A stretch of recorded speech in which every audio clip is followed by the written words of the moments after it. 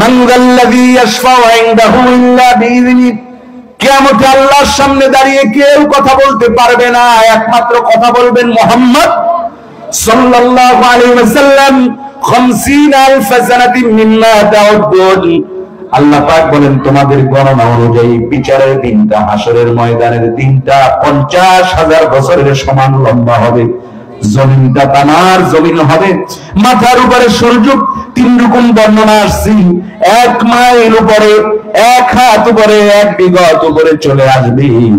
Bell চুলাই দিলে যেমনি ভাবে টাস টাস করে ফেটে যায়, মাথার চান্দি গুলো ওইভাবে ফেটে যাবে। নাসিকা দিয়ে মগজগুলো গলে গলে পড়তে থাকবে, জিহ্বাটা ঝুলে কুকুরের মতো নাভিস্থল পর্যন্ত এসে যাবে। মানুষ শুধু বলতে থাকবে আইনাল মাফার, আইনাল মাফার, বিদিক ছুটোছুটি করতে থাকবে আর বলতে থাকবে পালাবো কোথায়, পালাবো কোথায়। জাহান্নাম 70,000 ফেরেশতা, 70,000 শিকলে বাঁধা জাহান্নামকে টেনে টেনে হাসরের ময়দানে উপস্থিত করবে। জাহান্নাম তার আগুনের জিহ্বা বের করে হাসরবাসীদেরকে খেয়ে ফেলতে চাইবে। পুরো হাসরের মধ্যে বিভীষিকাময় পরিস্থিতি বিরাজ করতে থাকবে। নবীজি আয়েশা সিদ্দিকা রাদিয়াল্লাহু তাআলা আনহাকে বলেন, আয়েশা রে, ওই হাসরের ময়দানে হুফাতান নুরাতান কুরলা, মানুষগুলো এমন ভাবে উঠবে মাথার মধ্যে কোনো কাপড় থাকবে না, পায়ের মধ্যে কোনো জুতা স্যান্ডেল থাকবে না, শরীর পুরাটা উলঙ্গ থাকবে, খতনা থাকবে না। মা আয়েশা কেঁদে ফেললেন, ইয়া রাসূলুল্লাহ, ইয়া হাবিবাল্লাহ, তাহলে তো লজ্জায় আমি মরেই যাব। হাসরের ময়দানে অসংখ্য নারী পুরুষ যদি একসাথে উঠে, যদি উলঙ্গ হয়ে কি অবস্থা হবে সেদিন।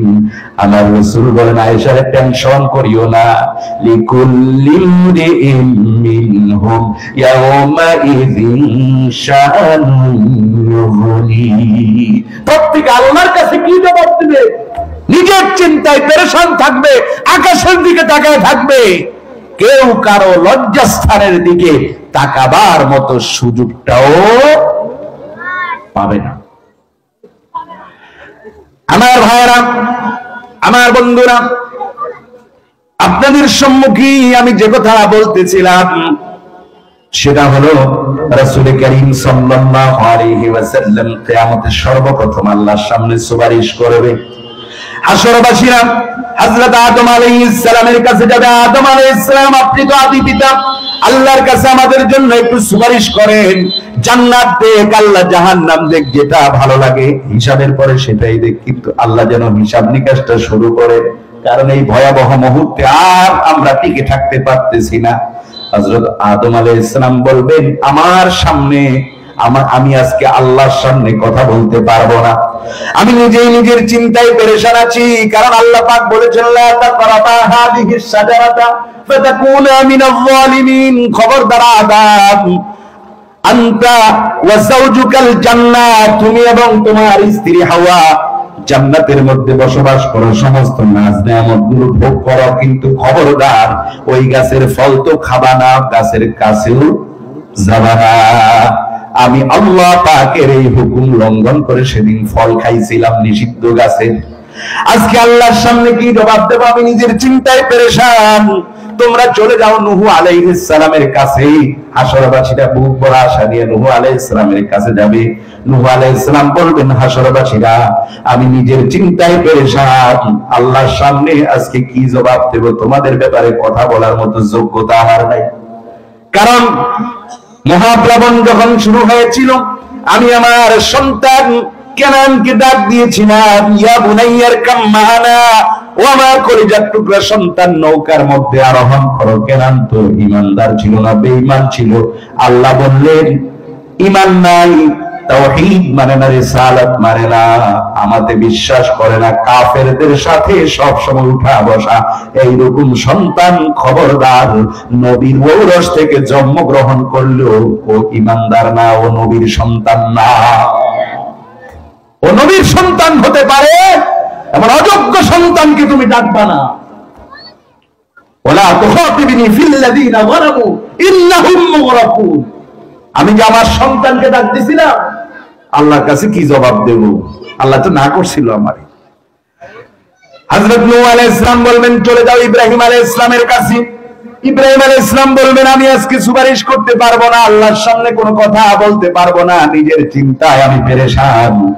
কারণ আমাকে যখন আমার এলাকাবাসী বলেছিল চলো ইব্রাহিম আমরা মেলায় যাই, ওই মূর্তির সামনে প্রসাদ বিতরণ করি, পূজা অর্চনা করি, মেলা বসছিল, আমি তখন আকাশের দিকে তাকায়া বলছিলাম ইন্নী সাকিম, তোমরা যাও আমি অসুস্থ। আসলে সেদিন আমি অসুস্থ ছিলাম না। এতটুকু মিথ্যা কথা বলার কারণে আজকে আল্লাহ যদি আমার ধরে আমার উপায় নাই। দেখেন না, আসলে উনি মিথ্যা কথা বলে নাই। গোটা জাতি মূর্তি পূজার মধ্যে ব্যস্ত, এই অবস্থায় জাতিকে দেখে একজন পয়গম্বর কখনো শারীরিকভাবে সুস্থ থাকলেও মানসিকভাবে সুস্থ থাকতে পারেন না। তাহলে ওনার কথাটাকে মিথ্যা না। হযরত ইব্রাহিম আলাইহিস সালাম বললেন আমি পারবো না, চলে যাও মুসা আলাইহিস সালামের কাছে। মুসা আলাইহিস সালাম বলবেন আমিও সুপারিশ করতে পারবো না, আল্লাহর সামনে কোনো কথা বলতে পারবো না। তার কারণ ওই একজন বনি ইসরাইলের সাথে ফেরাউনের বাবুর্চি কিপ্তির ঝগড়া হয়েছিল, মীমাংসা করবার জন্য আমাকে ডেকেছিল। আমি দেখলাম যে অন্যায় অপরাধ করেছে ফেরাউনের বাবুর্চি কিপ্তি, আমি শাসন করার জন্য একটা ঘুষা মারছিলাম, ঘুষি দিয়েছিলাম। ফাওয়াকাযাহু মূসা ফাকাদা আলাইহি, সূরা কসাস। আল্লাহ পাক বলেন মুসা ঘুষি দিয়েছিল, সঙ্গে সঙ্গে চিৎপটাং মরে গিয়েছিল। হযরত মুসা আলাইহিস সালাম বলেন আজকে আল্লাহ যদি আমাকে ধরে আমার উপায় নাই, চলে যাও ঈসা আলাইহিস সালামের কাছে। ঈসা আলাইহিস সালামের কাছে যাবে, ঈসা আলাইহিস সালাম বলবেন আমি আল্লাহর সামনে কথা বলতে পারবো না, সুপারিশ করতে পারবো না, কারণ তাম দুনিয়ার খ্রিস্টানরা আমাকে আল্লাহর পুত্র বলেছিল। ওয়াকালাতিল ইয়াহুদু উযাইরু ইবনুল্লাহি ওয়াকালাতিন নাসারাল মাসীহ ইবনুল্লাহ। আমিও আজকে আল্লাহর সামনে কি জবাব দেব? সমস্ত খ্রিস্টানেরা আমার আল্লাহ পুত্র বলছে, আমি বলতে বলি নাই, আমি নিজের চিন্তায় পেরেশান আছি। হাসরবাসীরা একটা কাজ করো, আজকে আল্লাহর সামনে একজনই কথা বলতে পারবেন, তিনি হচ্ছেন বিশ্বনবী আকায়ে নামদার সরকারে তো আলম রাহমাতুল লিল আলামিন জনাবে মুহাম্মদুর রাসূলুল্লাহ সাল্লাল্লাহু আলাইহি ওয়াসাল্লাম। যাও হুজুরের কাছে যাও।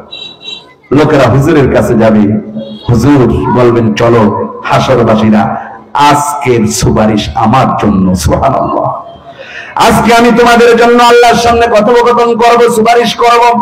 আল্লাহ হাবিব মাকামে মাহমুদ নামক জায়গার মধ্যে সিজদায় পড়ে যাবেন আর চোখের পানি ছেড়ে ছেড়ে কাঁদবেন। আল্লাহ পাক বলবেন হাবিব আপনি মাথা তুলেন, আজকে তো আপনার কাঁদার দিন নয়, আজকে তো আপনার আনন্দের দিন। আমি আল্লাহ আপনাকে মাকামে মাহমুদ দান করেছি, হাউজে কাউসার এর মালিক বানিয়ে দিয়েছি, খায়রান কাসীরা, অনেক কল্যাণের মালিক আপনাকে বানাইছি, অনেক কল্যাণ আপনাকে দান করেছি। আপনি কাঁদেন কেন? শুকরিয়া হিসেবে হাসেন, মাথা তোলেন, আনন্দ করেন। আল্লাহর হাবিব বলবেন না না আল্লাহ মেহেরবানি করে আপনি হিসাব নিকাশ শুরু করুন। আমার রাসূল যখন সুপারিশ করবেন আল্লাহ পাক আমার রাসূলের সুপারিশ মঞ্জুর করে হাসরের ময়দানে হিসাব নিকাশ শুরু করবে। তাহলে হাসরের ময়দানে রাসূলুল্লাহর সুপারিশ ছাড়া কোনো উপায় আছে? কথা কন না কেন? এখন আমরা কি চাই রাসূল কিয়ামতে আমাদের পক্ষে সুপারিশ করুক? কারা কারা চান? সবাই চান হুজুর সুপারিশ করে হুজুরের হাতের হাউজে কাউসারের পানি আমাদের খাওয়ায়া রাসূল আমাদের জান্নাতে পৌঁছায় দেয়। চান সবাই? চান কিনা? এবার দেখি তো কারা কারা চান যে কিয়ামতের রাসূল আমাদের বিরুদ্ধে আল্লাহর সামনে বাদী হইয়া মামলা দায়ের করুক। কেউ আছেন? অথচ এই কোরআন শরীফে আল্লাহ পাক বলেন, এটাই আমার বোঝানোর উদ্দেশ্য। সূরা ফুরকান 19 নম্বর পারার প্রথম পৃষ্ঠা, হাফিজে কোরআন অনুযায়ী কিয়ামতে আমার রাসূল দাঁড়াবেন। মুহাম্মদ সাল্লাল্লাহু আলাইহি ওয়াসাল্লাম বলবেন, ওয়াকালার রাসূল ইয়া রাব্বি ইন্না কওমি ইত্তাখাযু হাযাল কুরআনা মাহজুরা। রাসূল বলবেন, ইয়া রাব্বি, হে আমার রব, এই কোরআনের জন্য উহুদের ময়দানে আমার দাঁত মোবারক শহীদ হয়েছে। তায়েফের প্রান্তরে 3 বার বেহুশ হয়ে আমি তায়েফের জমিনে পড়েছি। অসংখ্য পাথর বৃষ্টির মতো পাথরের আঘাত আমি বরদাস্ত করেছি, রক্তে রঞ্জিত হয়েছি। নিজের মায়ের দেশ, বাবার দেশ মক্কা আল মুকাররমা ছেড়ে সারা জীবনের জন্য মদিনায় পরবাসী হয়েছি, এমনকি মক্কা আল মুকাররমায় আমার দাফন পর্যন্ত হয় নাই। আমি সারাটা জীবন, মৃত্যুর পরেও আমার পুরা জীবন আমি মদিনার মাটিতে পরবাসী হয়ে শুয়ে শুয়ে কাটিয়েছি। আমার সেই উম্মত আমার রেখে যাওয়া কোরআনের সাথে তারা সৎ ব্যবহার করে নাই, কোরআনের সাথে তারা সম্পর্ক স্থাপন করে নাই, কোরআনকে তারা মূল্যায়ন করে নাই, কোরআনকে তেলাওয়াত করে নাই, কোরআনকে বুঝে নাই, কোরআনকে আমল করে নাই। এইভাবে যদি রাসূলুল্লাহ কিয়ামতে আপনার আমার বিরুদ্ধে যদি মামলা দায়ের করার উপায় আছে? কথা বলার উপায় আছে কিনা? এজন্য কোরআনে কারীমের সাথে আমরা সম্পর্ক স্থাপন করব। রাজি আছি মুসলমান?